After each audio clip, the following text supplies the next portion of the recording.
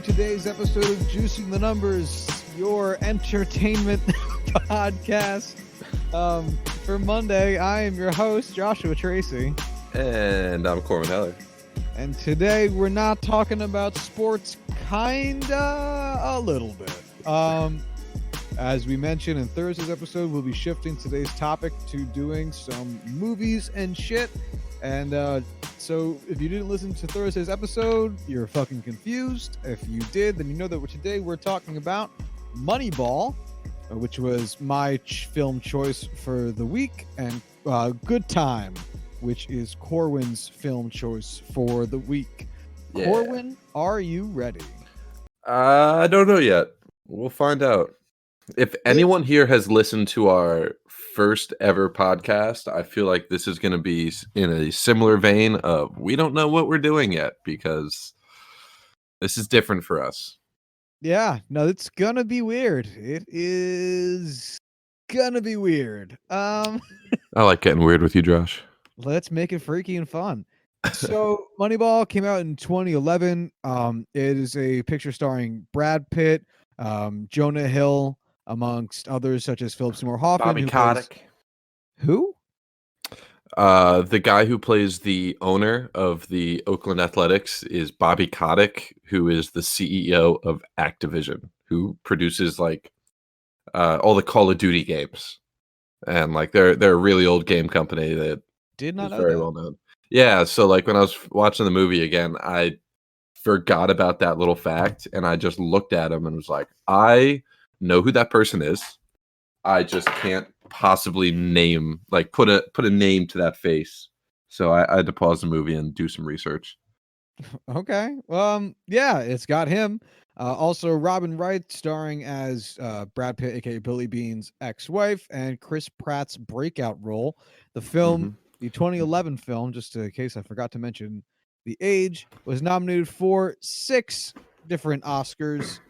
Those are Best Motion Picture of the Year, Best Performance by an Actor in a Leading Role for Brad Pitt, Best Performance by an Actor in a Supporting Role for Jonah Hill, Best Achievement in Film Editing for Christopher Tellefson, Best Achievement in Sound Mixing for a bunch of dudes, and Best Writing Adapted Screenplay for several dudes.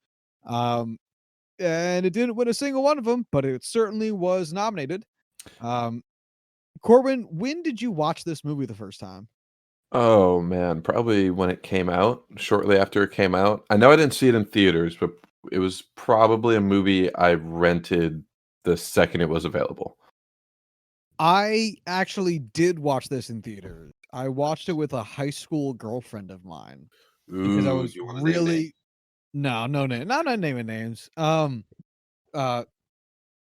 I was just so excited there was a baseball movie, and you know that when you're in high school and you're dating, going to the movies is one of like the 3 acceptable dates. So, oh yeah, I think that was every date I had in high school. I mean, like, what the fuck else really is there? So, hey babe, want to go get drinks over at the vending machine? Yeah, you go to the shitty cheap Chinese food restaurant, and then you go to the shitty cheap movie theater. Like that's all there fucking was. This is like the breakout movie for Chris Pratt. This movie predates the success of his career so much that I didn't realize he was in it after I knew who he was. Yeah, it was always one of those things where when after this, what was Chris Pratt's breakout role? Was it Parks and Rec? I would say Parks and Rec.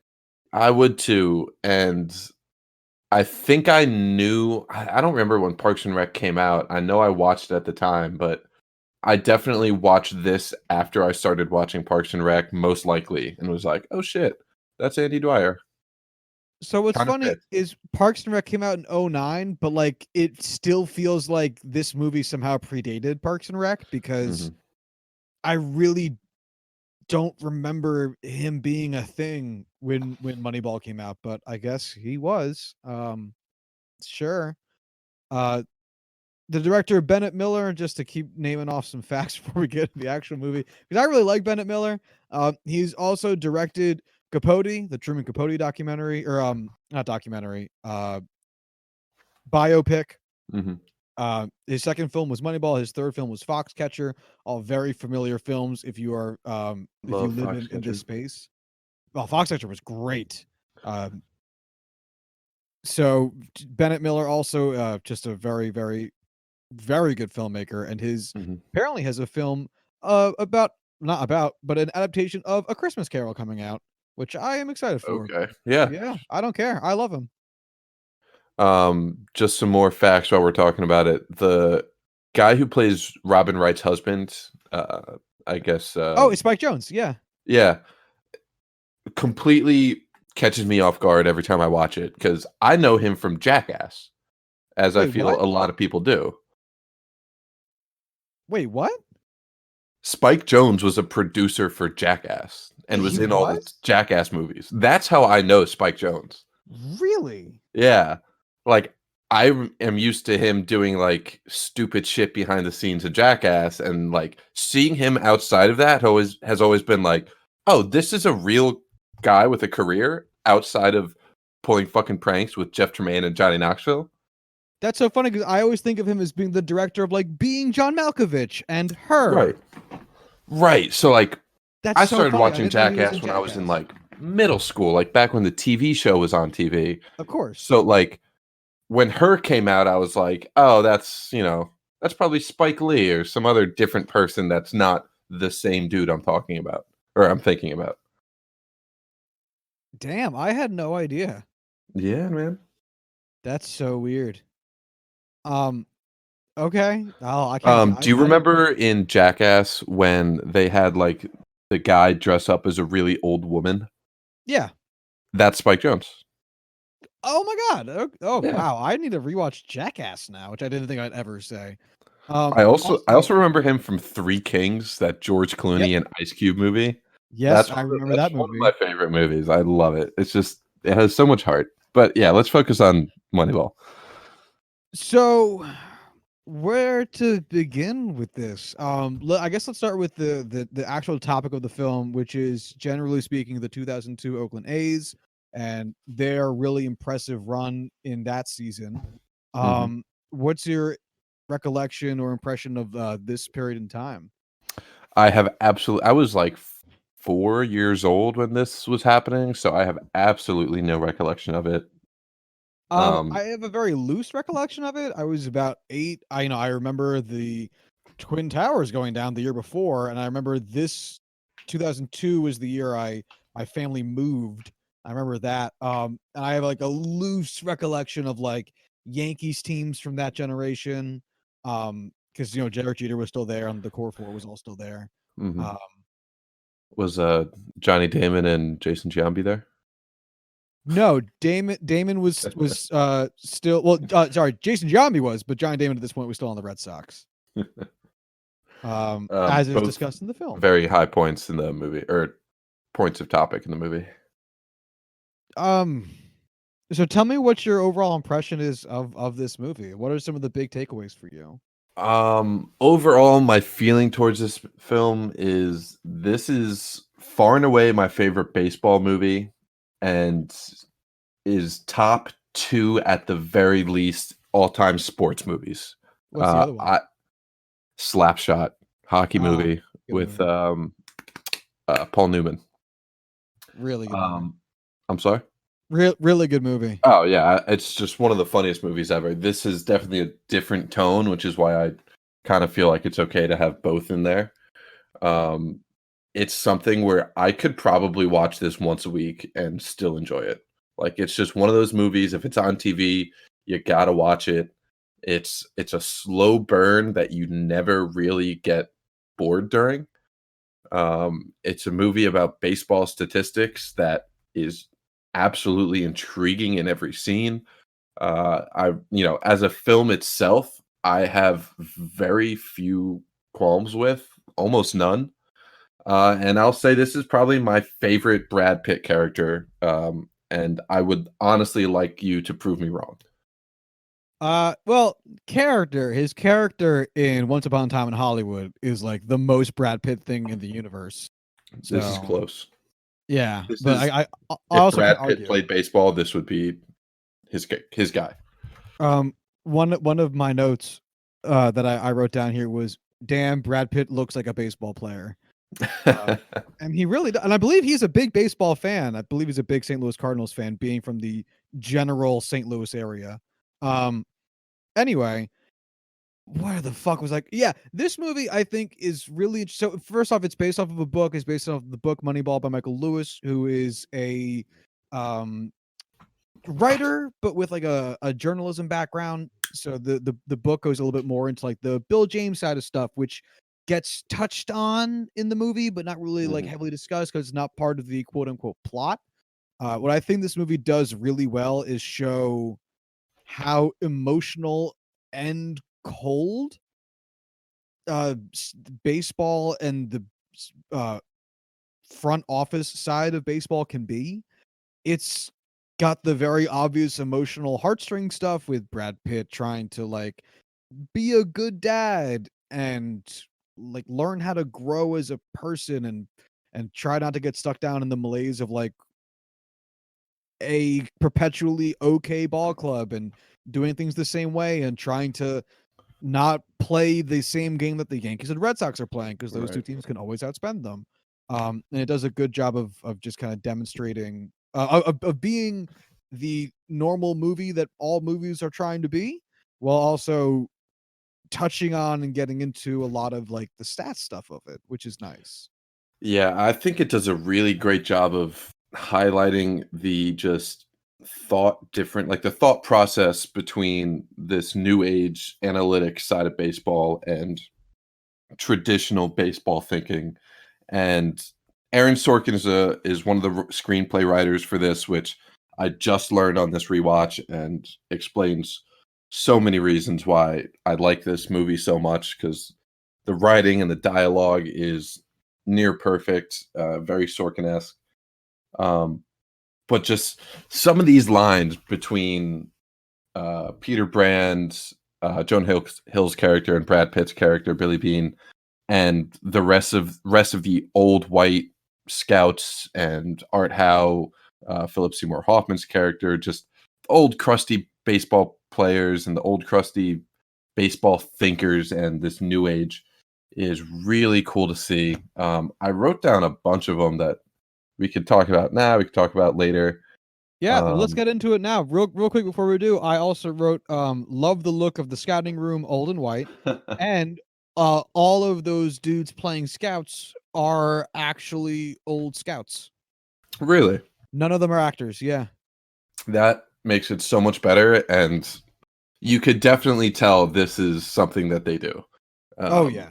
this they look the part. Like we'll talk about it when we get into Good Time Later, but you know how the Safdie brothers always have these really great, interesting characters that just somehow look weird as shit, but they fit the part so perfectly. Yeah. That entire room is just on point. Oh, that whole room is, including Hmm. the people, like perfect set design. Hmm. Those And old like are just they're furniture. They're the best kind of them furniture. talking about like seriously talking about a prospect and arguing over how good he is capable of being in his confidence because he has a hot and or ugly girlfriend, which Yeah. I could totally picture that being a topic of conversation inside one of these baseball war rooms. His girlfriend's a 6 at best. Yeah, he's got no confidence, no confidence. What are some of um these quotes you have? let's see. Later on in the movie when they're trying to basically recruit Brad Pitt's or not Brad Pitt, Christopher Pratt's character into coming back, switching from catcher to pitcher, that entire back and forth about come play first base, it's super easy. Tell him wash, and he just goes, it's incredibly hard. Just that character has so many perfect one-liners. That is probably one of my favorites. Um, Brad Pitt's just speech when the team's not playing so well, and he goes, "You may not look like a winning team, but you are one. So play like one tonight." All-time worst speeches in sports history. I know it's meant to be, but man, that was tough to sit through just because I can't do awkward in TV or in movies, and it was it was tough to be there to listen to that. Plus that awkward little fist pump he had thing. Oh yeah, you could Yeah. tell it's like there's no way Brad Pitt would give a speech like that, and he was cringing at himself having to do it. And he did it well because he's Brad Pitt. Um, Chris Pratt talking to David Justice about his biggest fear being afraid of balls hit anywhere near him. Just it stood out because that just felt like Chris Pratt talking about himself, and it was just so naturally hilarious. Yeah. And And my also something I can 100% see several baseball players thinking. oh my god, yeah. Clint Frazier looking at you. Greg Bird for some reason. I just feel like that could be him perfectly. No, that's balls being pitched in his general direction. And then my all-time favorite scene is when they're at the trade deadline and Jonah Hill's just wearing that Oakland A's cap, looking at Brad Pitt on the phone, and then just clenches his fist clenches his hand into a fist. Love that. Just a perfect shot, just encapsulating what it's like to land a big trade, as I know in my vast experience as a fantasy baseball manager, and also the general manager of the Oakland Athletics. So, it's This movie, there's just so many great moments in this. there are, and it's such a compact. I know it's not a compact movie in terms of actual length. I think it runs right around 2 hours. So it's definitely longer than like a regular, what we think of as minimum length feature length film of 90 minutes. But Mhm. it really does fit a lot into what happens. It gives you, through pretty minimalistic flashbacks, it gives you a brief summation of who Billy Bean is. And in Right. fact, that could be a much longer or much more in-depth part of the film than they chose for it to be, which is fine. It didn't really need to be too much. For anyone unaware, Billy Bean was drafted, um, or not, I guess, yeah, drafted right out of high school, and went to go join the Mets organization where he struggled mightily. How many baseball games do you think he played for the New York Mets on a professional level? Oh, I know it's not a lot, Give me a but guess. 100. 13. No kidding. 13 games. He would play for the Mets. Again, I'm only going based off pro numbers because that's what matters the most, the show. 13 games for the Mets. Then he went in 84 and 85. So it's split between two seasons, 84 and 85. Then in 86, he played for the Minnesota Twins, where he played 80 games, followed by a 12-game campaign for the Twins in 87. In 1988, he played 6 games for Detroit, and in 1989, he played 37 games for the Oakland Athletics. Oakland Athletics, who I believe won the World Series in '89, but I don't think he gets a ring for that. Anyway, it shows him struggling throughout the many phases of the Mets minor leagues, and then in the Twins, and in Detroit, and in Oakland. And he eventually famously kind of quit baseball at a super young age and asked Mhm. to join the front office, which there is like this very, very brief moment where it's not even in a flashback. It's just audio played over Brad Pitt sitting in the dugout, where someone, you hear a voice saying, really want to quit baseball? You want to become a scout? No one wants to do that, or some shit like that. And that's really what happened. That's one of the reasons Billy Bean ended up becoming such a young GM, is he just worked his way up from the front office at a pretty young age, having left baseball at a young age. Um, it does a really good job of tying a lot of things together. It does a good job of going through very briefly the history of sabermetrics, even though it didn't Mhm. use that word in particular, by mentioning Bill James several times, who was the founder of sabermetrics. And it just it touched on so many weird like, I had to Mhm. explain to Cal, because I watched it with her, that you can trade anyone that has a contract with a baseball team, and that's how Jonah Hill ended up on the A's. Like, if you have a contract with a major league organization, you are eligible to be traded by that team. And Jonah Hill got Yeah. traded to That the was one of A's. those things when, like, when I first read or not read, watched the movie, I was very confused about how that had happened because that was before I got into baseball. That was before I knew what, was going on in MLB and what things were capable or what things were possible. And it was just like, I am going to assume that that is just some movie narrative loophole that they're just gonna not focus on because they're just making that seem to be they're falsifying information, I guess, just making that up to go with the narrative. But no, like that's actually how that goes. What are some of the main themes that you think you find in this picture? Oh boy. Being just stuck in just a traditional mindset is just the death of innovation and the death of creativity. And just because that's the way something's always been done doesn't mean that's the right way it has been done, or the right way to do something. It's just um overall like kind of like progress. yeah. Before we jump into this deeper, I just want to bring something up about things they touched on, and I Sure. wish they went into this deeper. So, have you read the book Moneyball? I feel like we've talked about this. I was supposed to for class in college, and then I just rewatched the movie instead because I had better things to do. All right, that makes a lot of sense. But Yeah, in the book, they go into a lot of in-depth stuff about um, Billy Bean coming up and like the draft process and his minor league career because he doesn't have much of a major league career like we talked about. So they focus a lot on the minors, and they had the first overall pick that year, the Mets. They also had two later first round picks, 23 and 24. And they were between Billy Bean, taking him first overall, or another young outfielder named Darryl Strawberry. Now, they happened to take Darryl Strawberry first overall, which I assume many Mets fans are very thankful that it did. But they say one of the reasons that he struggled in the minor leagues with his confidence was because he was playing next to Darryl Strawberry every single game. Darryl Strawberry in center field, Billy Bean playing whatever side of the outfield he played on.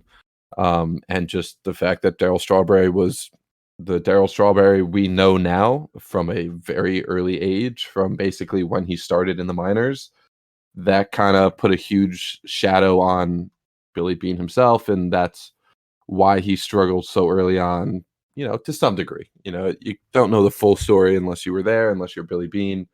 They touch on that in the movie when they're talking about, you can't get inside the mind of a young man and know whether or not he's going to make it. Um, some guys just don't. And that was just a really cool thing that I wish they touched on more in the movie. The only sign of it is when they have one of those flashbacks, uh, when they have Billy Bean striking out in like a Mets spring training game. You see the back of Darryl Strawberry's jersey as he's walking up to the plate right after him. another note, real quick, on something similar Yeah. to that is, so there's a scene where right after the trade deadline scene, Jonah Mhm. Hill and Brad Pitt are like, "Well, fuck, now we have 26 guys on the roster. We have to bump one down to the minors." Right. And Billy Bean has to go over to the pitcher whose name I forget I thought he and was a let him. catcher. I thought he I was thought a he was strapping pitcher. on like his catcher's gear. I thought he was strapping on knee braces, but now I don't remember. Yeah, It doesn't that's matter. not a He big went up deal. to a player and was like gonna have to tell him he was going down to the minors, and he told the guy, "You got to stop suiting up." And the guy looked at him and said, "Am I being traded?" Mhm. And Billy Bean said, "No." And then the guy understood that he's going to get designated for assignment. He's going to get sent down to the minors, and that's when he felt really bad, because the thing is, it's so tough to make the show. Right. It's so tough to actually throw a major league inning or see a major league at bat, that to get a taste of it and then to get sent back down to, because it's not even just like the sheer competition and luxury of the competition. It's also the luxury of the actual space. The clubhouse is better, the transportation is better, the food is better, the pay is better. You're My getting God. paid an actual livable wage. Yeah, and then some. You'll make more in like that one game than you probably will in like 2-3 weeks in the minors, easy. Mhm. Um, and to have that taken away from you is really the hardest part, and that's the part I think you see Billy Bean be like the most sympathetic with a player.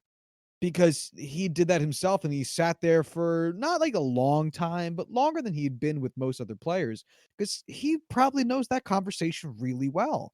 Because Yeah. that player would have much rather been told he got traded.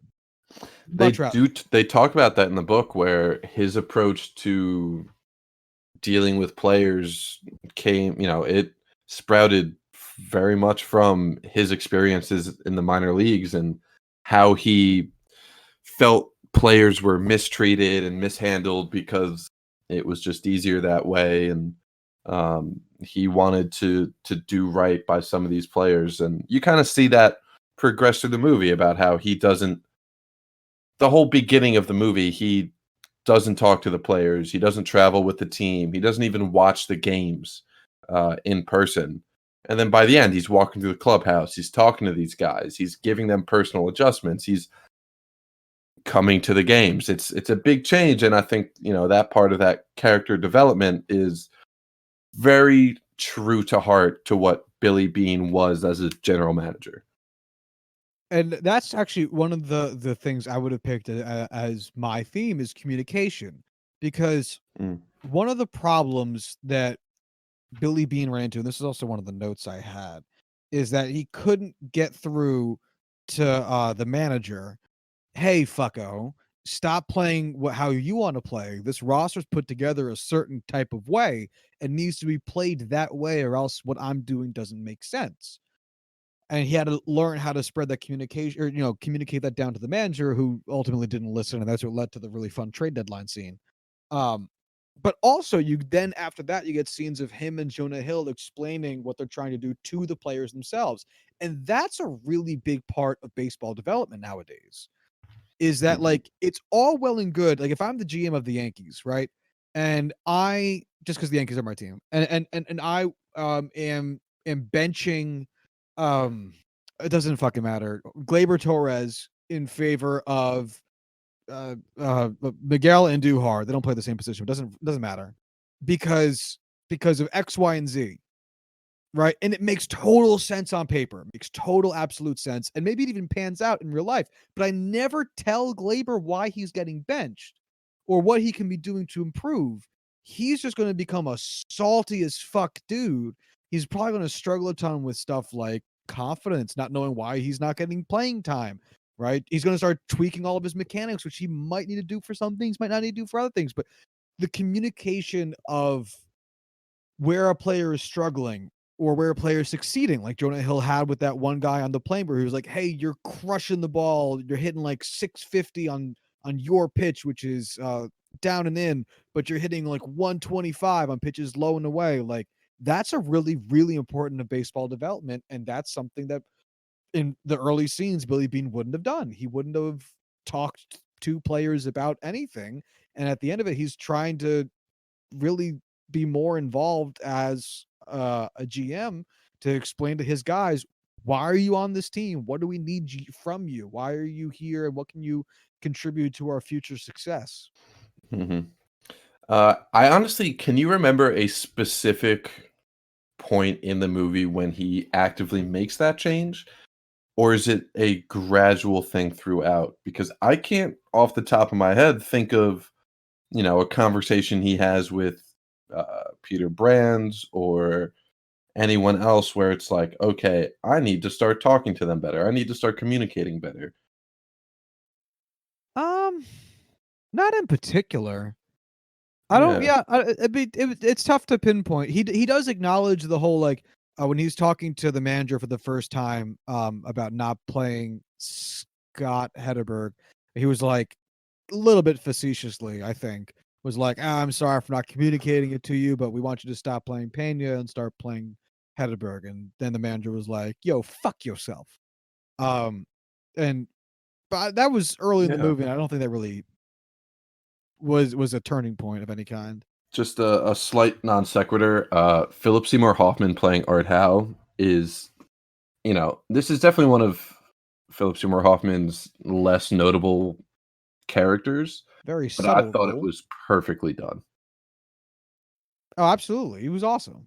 It's Hmm. Philip Seymour Hoffman. He was great at everything. Yeah, I miss him so much. Yeah. Real quick, Scott Hatterberg How many career wars?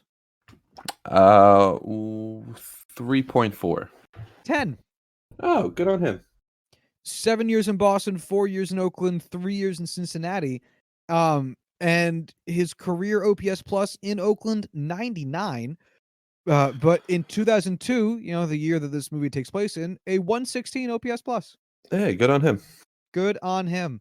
DWAR for that season, one might ask, negative 0.1, which honestly Wow. ain't even that Yeah. bad. No, that's actually fairly good. Yeah, it really is.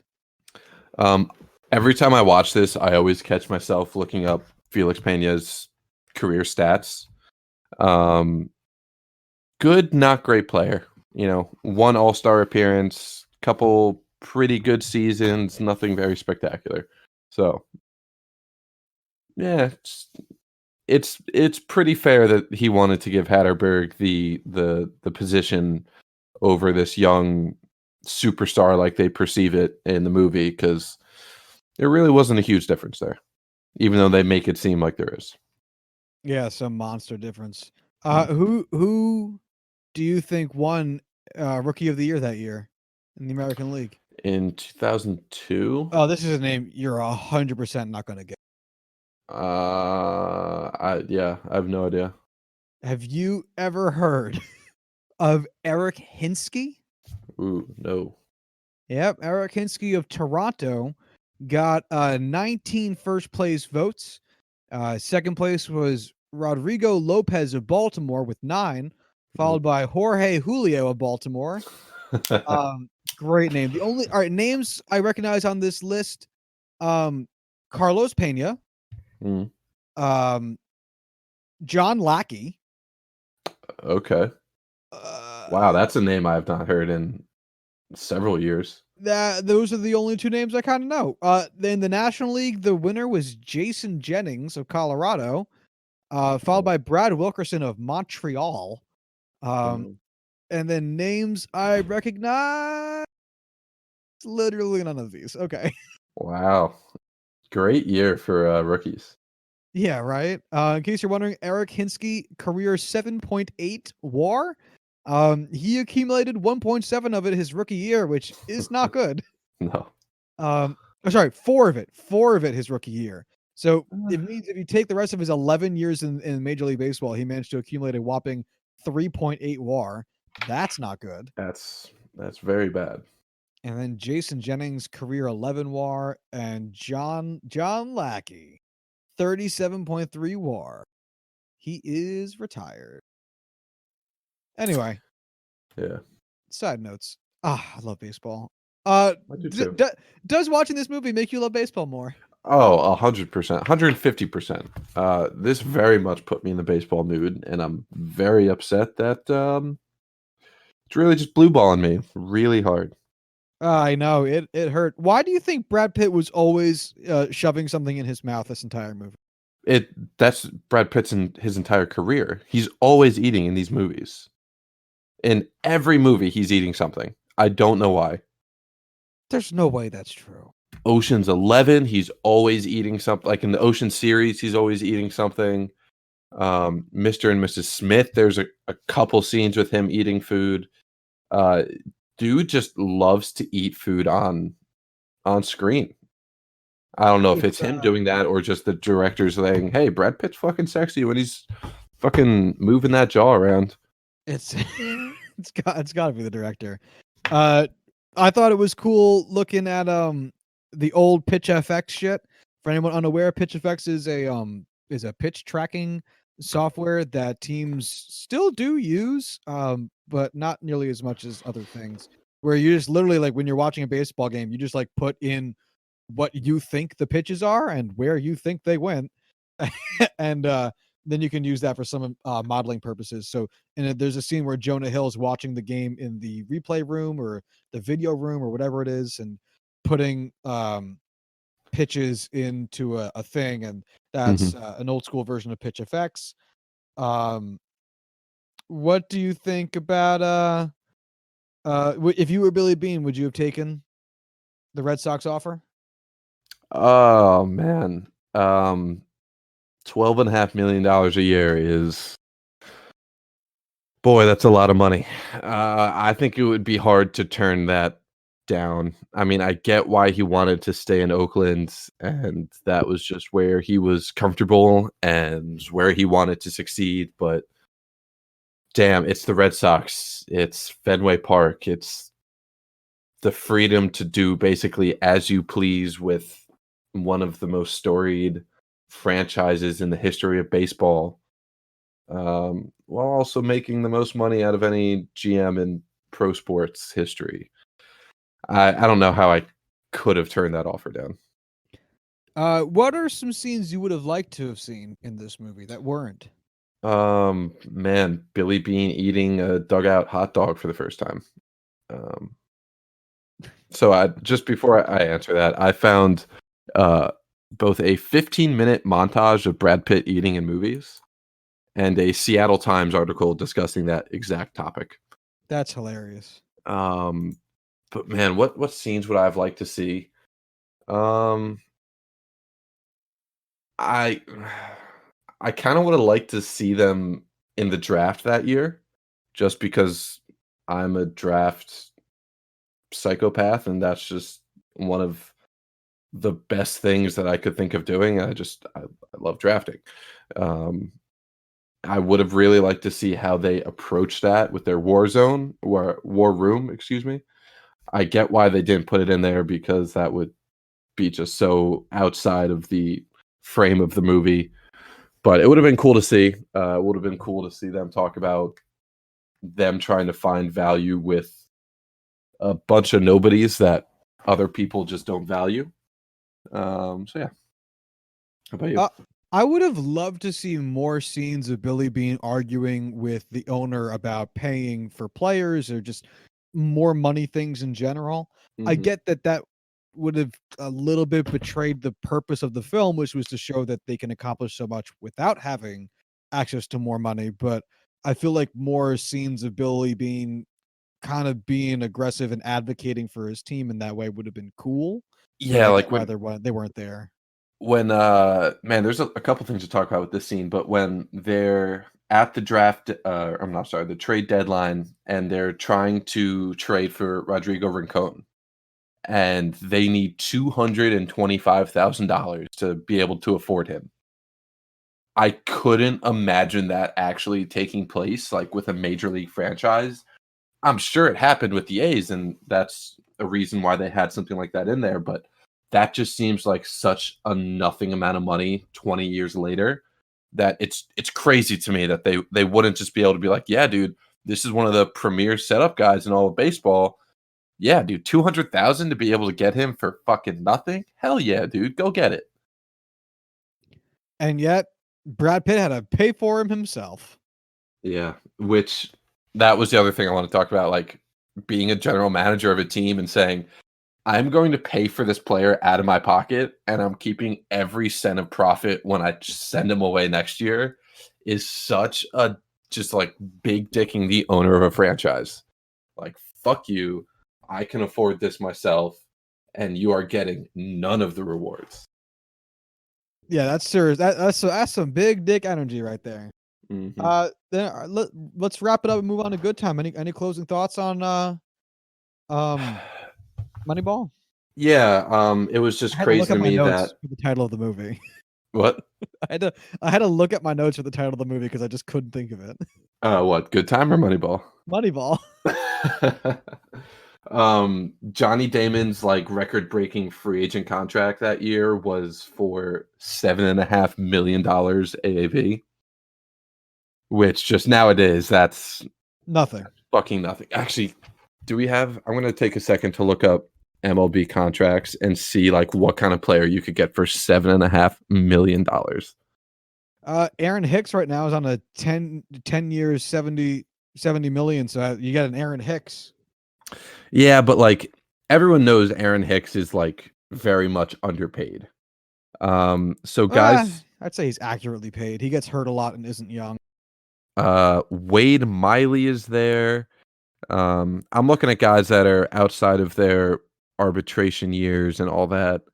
Um, Corey Kluber is 33 and has a $7.7 million contract.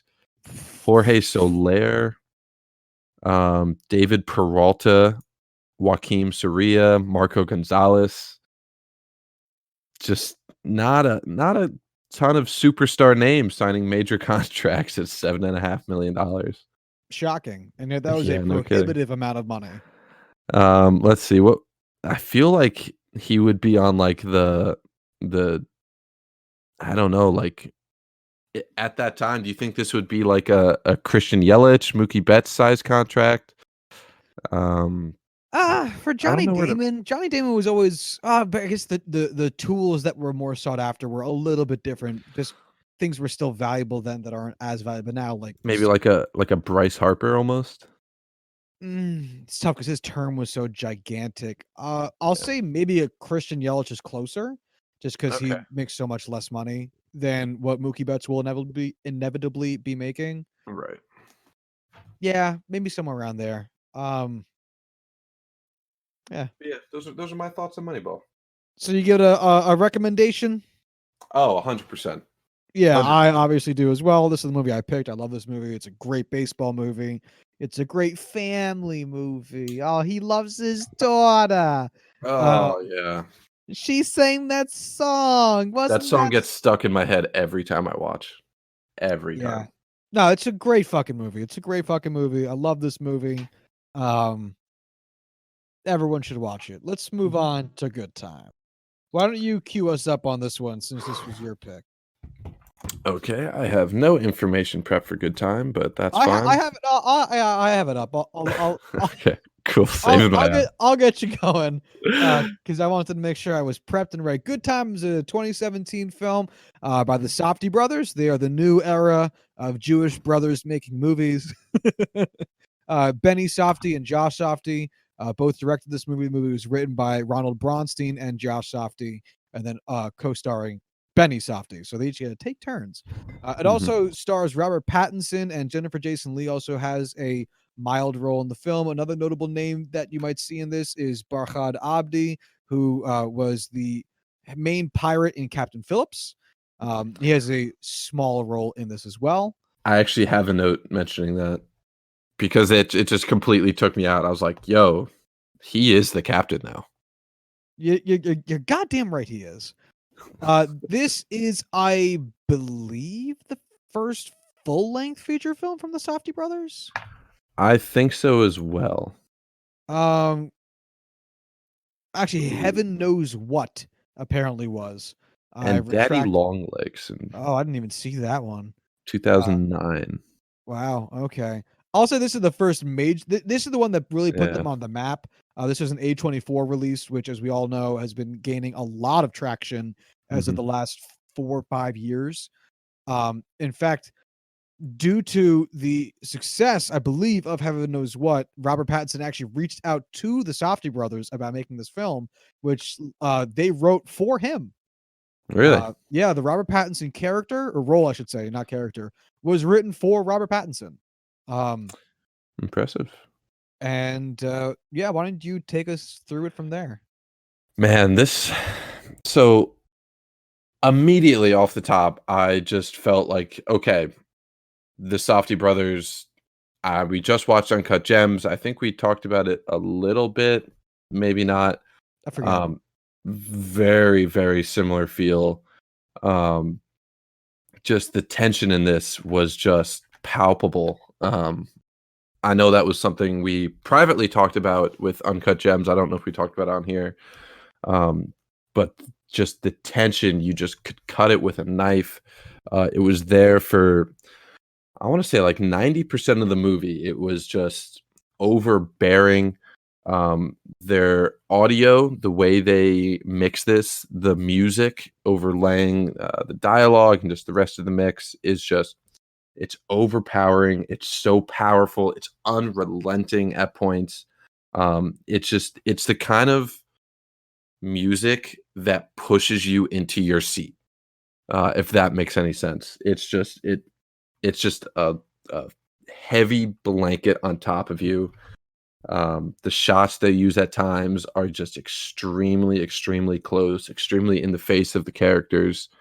It really just adds all this together into creating this just tense film that even if there isn't anything major happening on screen, just the way, the consequences to everything that's going on, you're just always on the edge of your seat. You're always feeling like shit could hit the fan at any given second.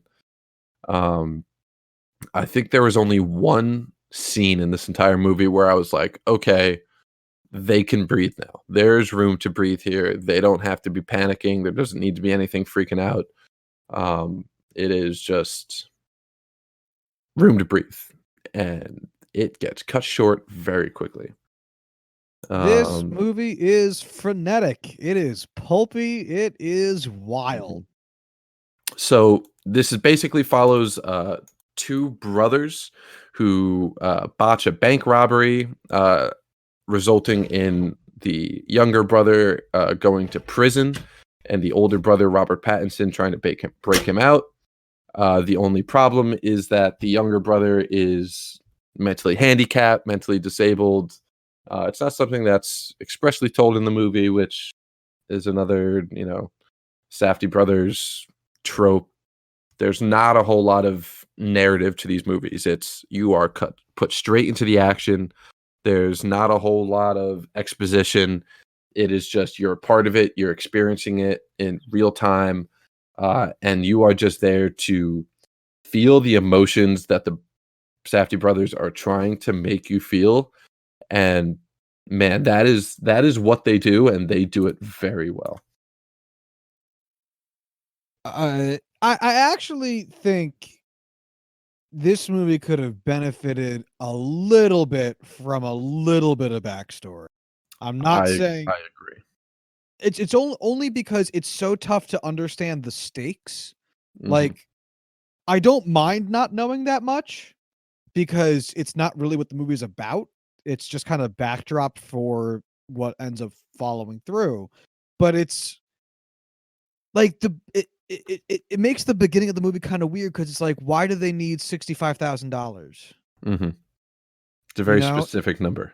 it's a very specific number, and why does Robert Pattinson need his brother to be there for it?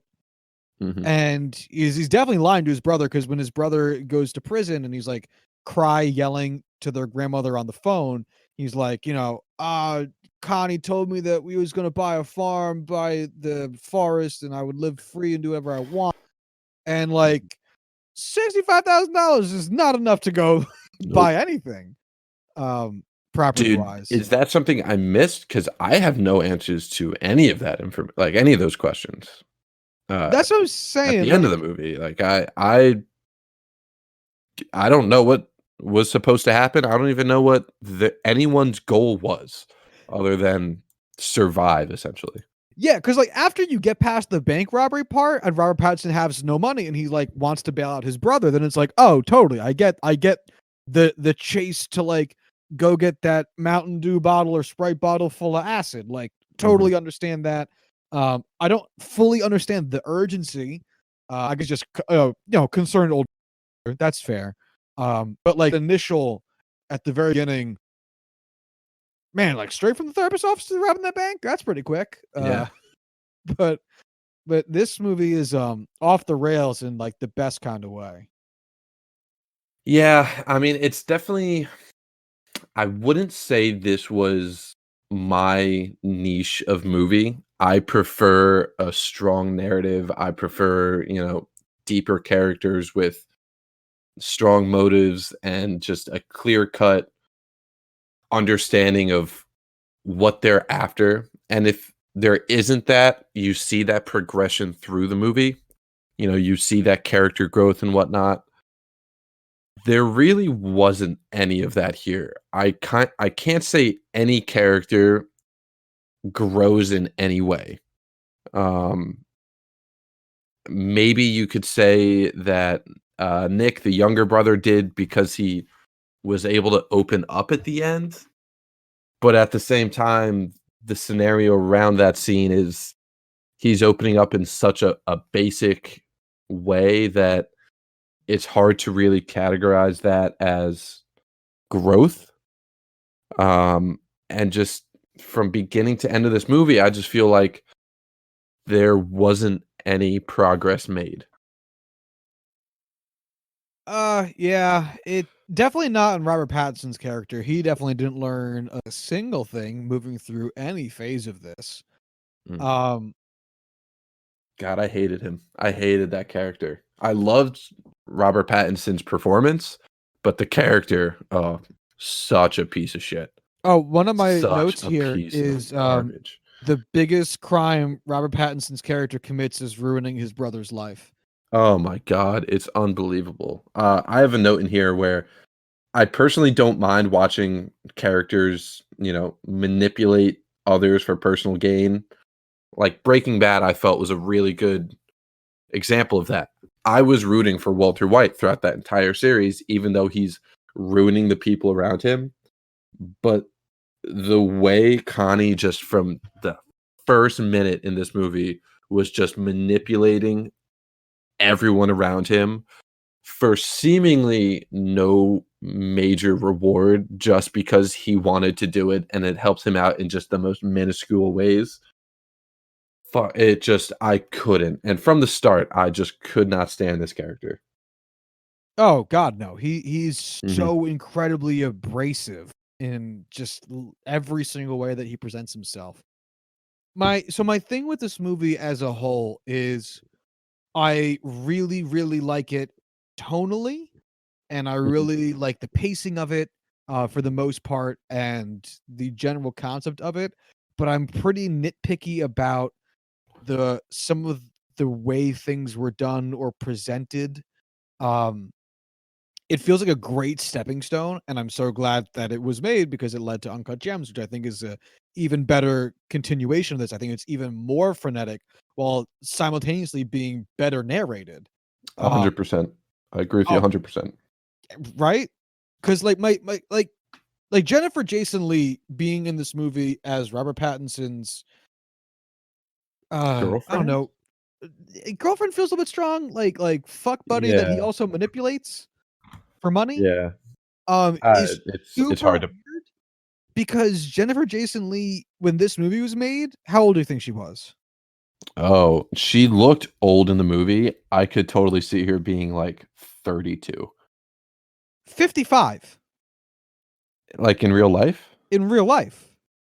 Okay, that makes me feel a lot better because No, she's like no, I don't want to say old in like because she's not in like an insulting way, 50. yeah. That's old, especially because Robert She Pattinson in this movie was made. It's like 35 at she tops. looked very old, and I'm not really familiar with her outside of The Hateful Eight, so this was the only thing I think I could, vividly remember seeing her in, so I honestly didn't know if it's like, "Alright, are they playing her up to be an old woman, or what's No, she's going acting on like a here?" child. She's acting Yeah, like a 21-year-old while she's mhm. 55, and Robert Pattinson was 31 when this movie came out. Which would So, explain very much why she would be with someone like Robert Pattinson's character.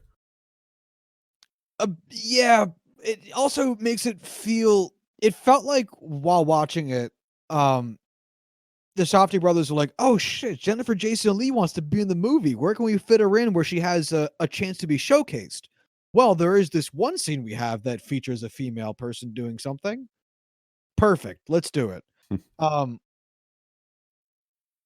which I understand, like from a Safdie brothers perspective, where it's like this is a name brand actress, like who wants to be in our movie, or an equally likely scenario, a name brand actress we can afford for a Right. day. Like she should be in our movie somewhere. Totally get that. Mhm. At the same time, it feels weird because she very much looks like she's in a different movie. Yeah, it just again, I think this goes back to what we mentioned earlier where the Safdie brothers, man, they just know how to have the most unique characters throughout their film. Just top to bottom, the people that they have playing these roles just seem so tailor fit to what they're trying to visually represent. And, visuals are so far and away my favorite part of watching, these kind of movies by these guys because it's just so powerful and just so mesmerizing to watch that the characters are just such an integral part, and I think she was perfect. She was a perfect fit for this. What do you think of Benny Safdie? Um, it's hard to say. You know, it's one of those things where you're judging a guy on his acting performance when he's playing someone who has a mental handicap, and it's hard to when you don't have that firsthand experience or have a limited experience dealing with what that's like. It's hard to say, but I will say that I enjoyed his character a lot. I thought he fit the tone of the movie. I thought he represented the relationship between him and his brother really well, and just that kind of dependence and just having an older brother that you just envy and just want to embody, and you could tell that was something he was trying to do, just make right by his brother in just the limited way he could, and I thought it was a good performance. I actually like Benny Safdie a whole lot in this. Kel actually looked at me and said, "Is he mentally handicapped in real life?" And I said, "No, he directed the movie." Mhm. She was like, "Oh, okay." Um, sorry, were you gonna say something? No, no. Oh, Go ahead. I thought I heard anyway. um, the only part of this movie that I think felt out of place was what was his name? Ray? Ray. Yeah. Ray telling his whole life story in the back seat of the car, um, Yeah. while the girl was in the White Castle. I was Because very sorry, go ahead, finish. I was gonna say it felt like all it needed to be was, man, my face got busted up by the cops, and I had to because I was holding and I had to ditch my acid back at that fucking carnival thing, right? Carnival Yeah. back at like, 84th Street or whatever the fuck it was. Um and then Connie would just be like, "Oh shit, how much we talking about for that acid? And a lot of money. Let's go get it." Instead, it was like a here is my day. Yeah, that took me out of it so much because it was just such a tonal shift in the movie.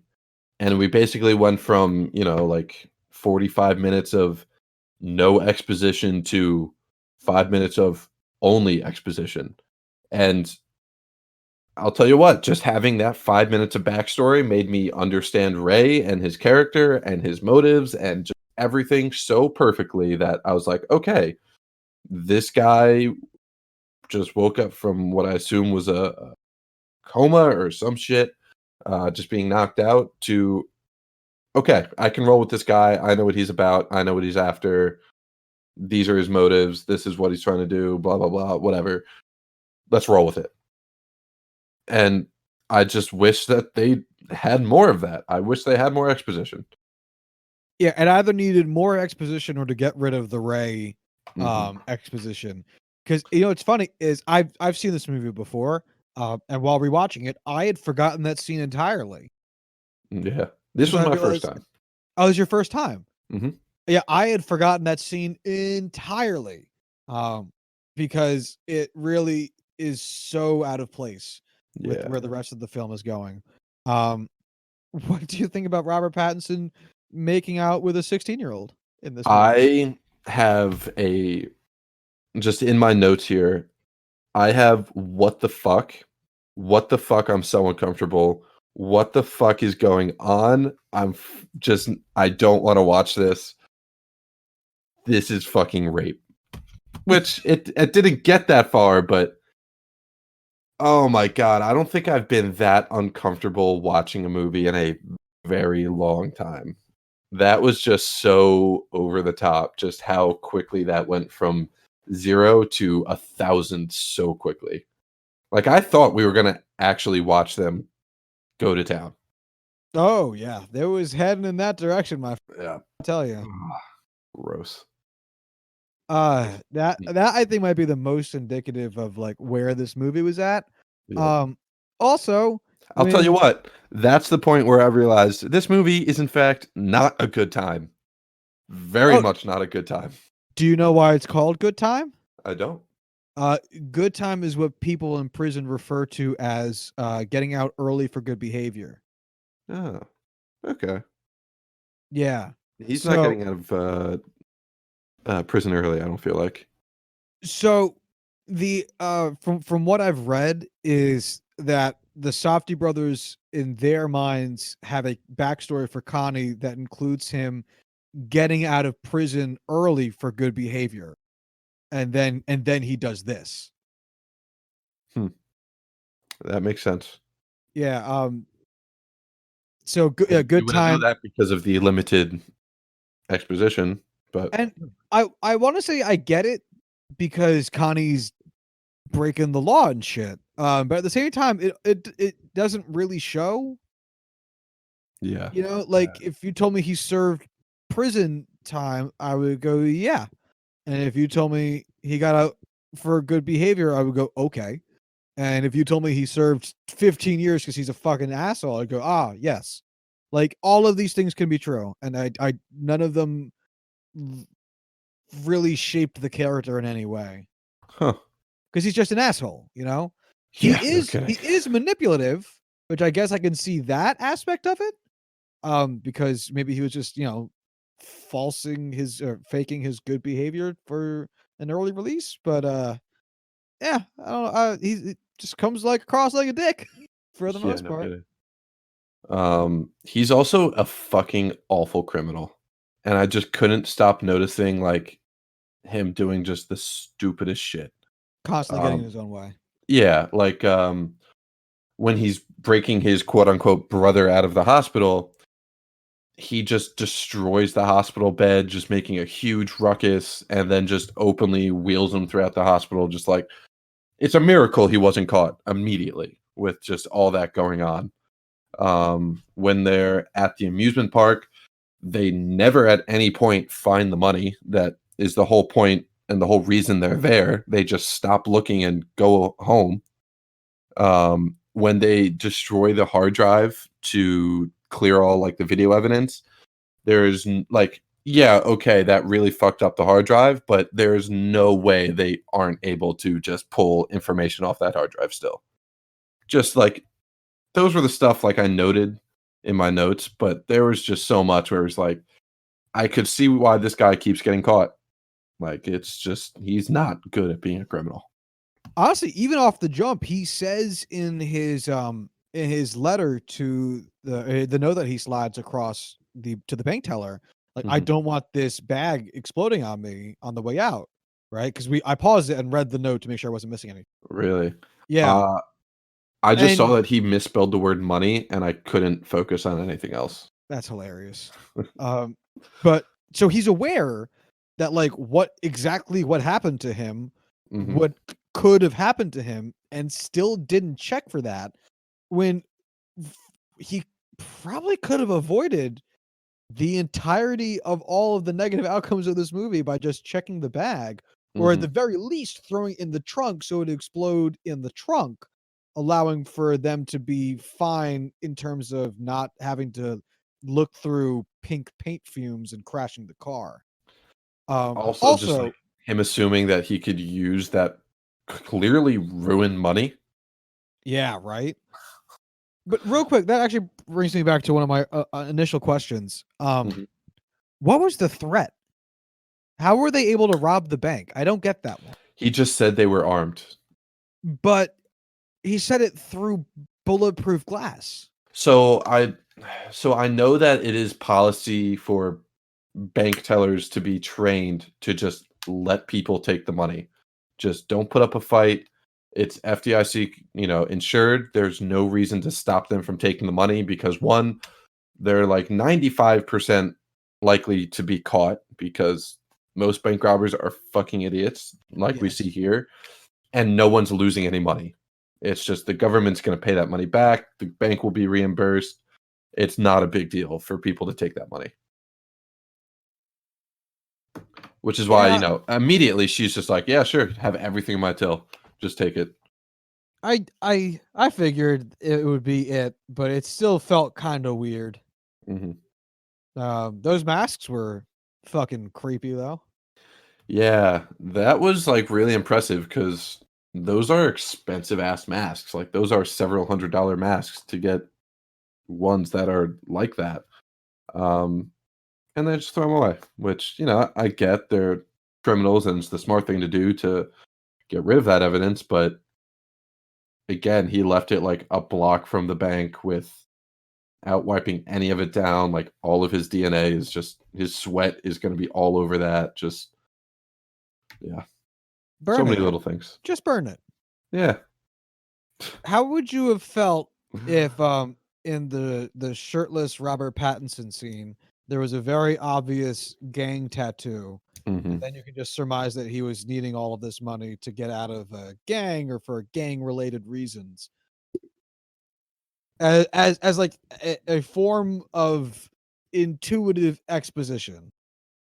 Oh, man, I thought it was just a shitty tattoo. No, how would you feel if that was true? Oh, if that was true, sure, but at the same time, there's 0 supporting evidence, so it's kinda one of those things where it's like an English teacher being like, "Oh, the curtains being blue represent the house owner's sadness and desire to break free of his chains," and the writer just being like, "Yo, the curtains are fucking blue."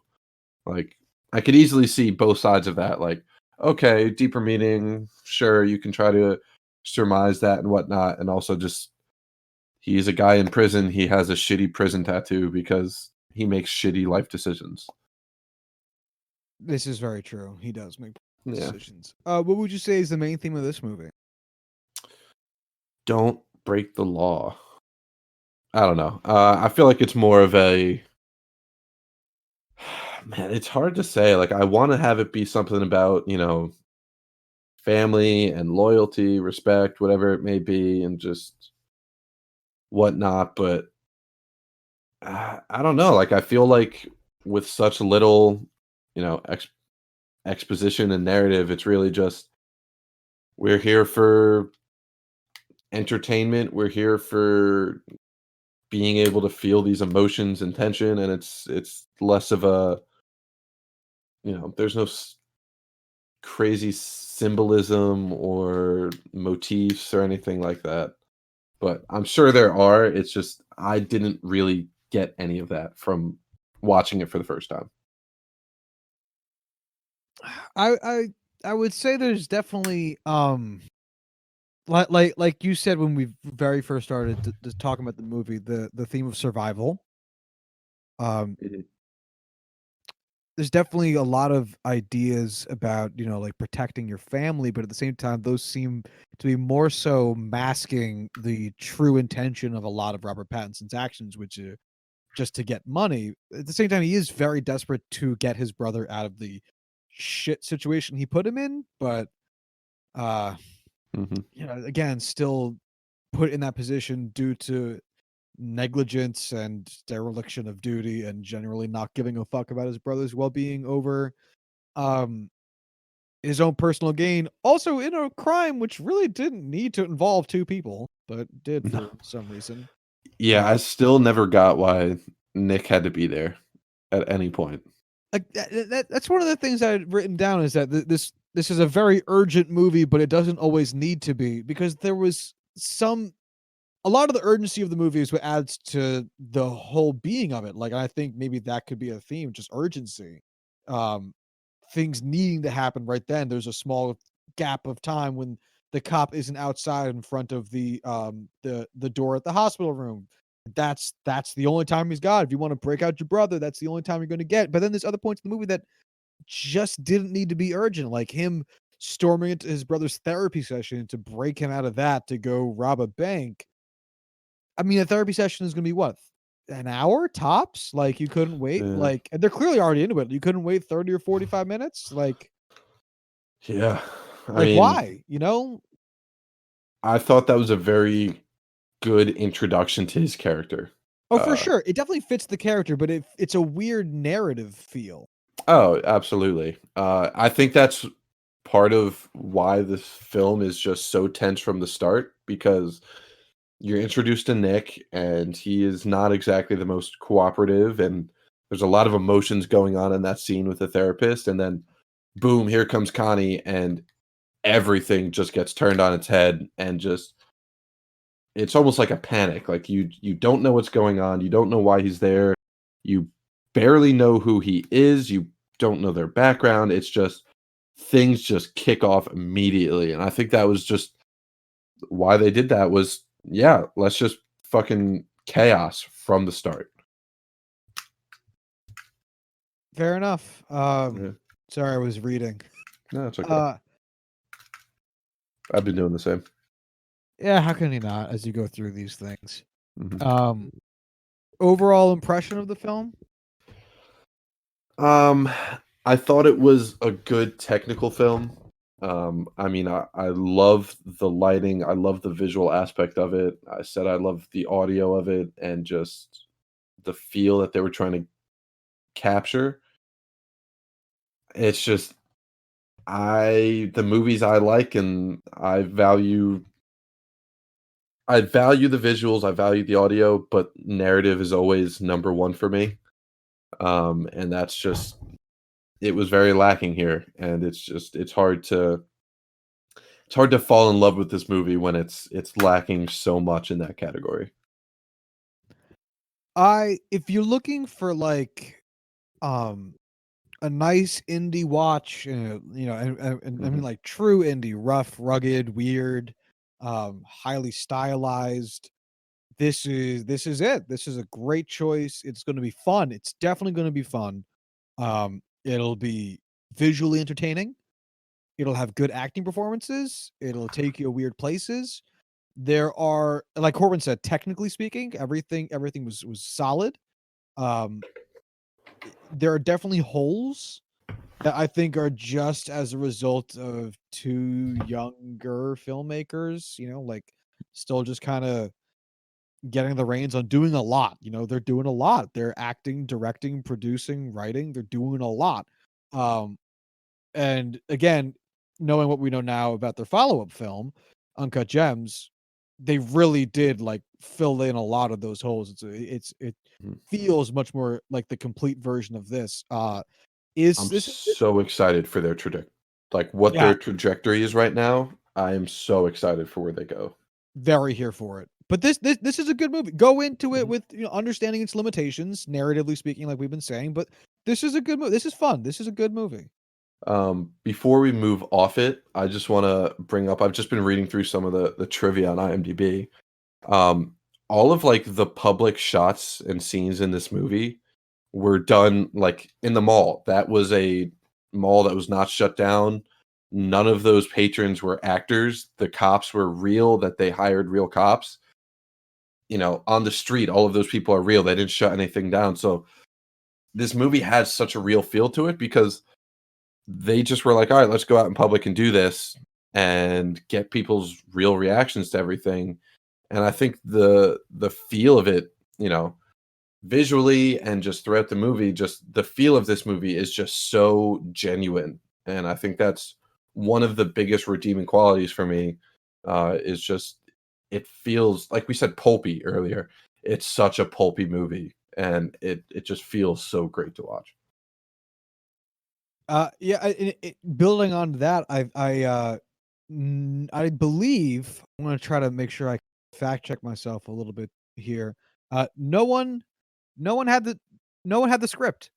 Everyone got a background of who their character was and what they were about, but the only people with scripts were Robert Pattinson and Ben Safdie. Um, Wow. yeah, I think Ray also got a script for his monologue, Mhm. but that's everything else was just reactions. I really like that. I like that that's the way they shot this because I think if you have actors that can do this improv and do it well, it makes for a much more genuine movie. When it's not such a narratively focused film, you can and it's really just raw emotion and feeling, you can get away with having that and it just works really well in this case. I love that. Yeah, when a film is done that way and done right, it can be very fun. I Mhm. liked it. Um, any final thoughts on either of the things that we had for today? Do you want to give these films ratings? Oh, okay. Do we want to do a number system, a star system? How do you want to rate Uh, them? I would say like out of 5 stars. All right, all right. Where would you put Moneyball? I would say Moneyball is a 4.5. Ah, it's exactly what I was going to say. To a Yeah, T. it's not perfect, but it's about as close as you can be without being that. I firmly agree. And good time. Um, I'll say 3.5 stars. I'm going to give it an even 3 because I think Yeah, in my mind, if I see a movie like if I'm going to go to the movies and I see a movie that's 3 out of 5 stars, I know it's going to be decent. yeah. I'm just thinking in my head. There's a lot. I think I have to drop it down to a 3 just because if we had a larger scope of where I would rank certain movies, I think I'd put it closer to a 3 than a 3.5. Just because I feel like it's not going to be above a whole lot of movies that I still like it, but it's at the very bottom tier of that I would watch this movie again list. Yeah, it's good. It's the lowest end of good. Exactly. Yeah. It's not bad enough to be called mediocre. No. And you know what? For the first, I don't want to say premiere, but like the first major film, two young brothers direct, that's a fucking hell of a start. Yeah, absolutely. Absolutely. Only good places from here. Oh, I can't wait. All right. If you want to follow the show on Twitter, you can do so at JuicingPod. If you want to hit us up via email, you can do so at juicingthenumbers@gmail.com. And until Thursday, when we resume with the stats, y'all have a good one. Bye.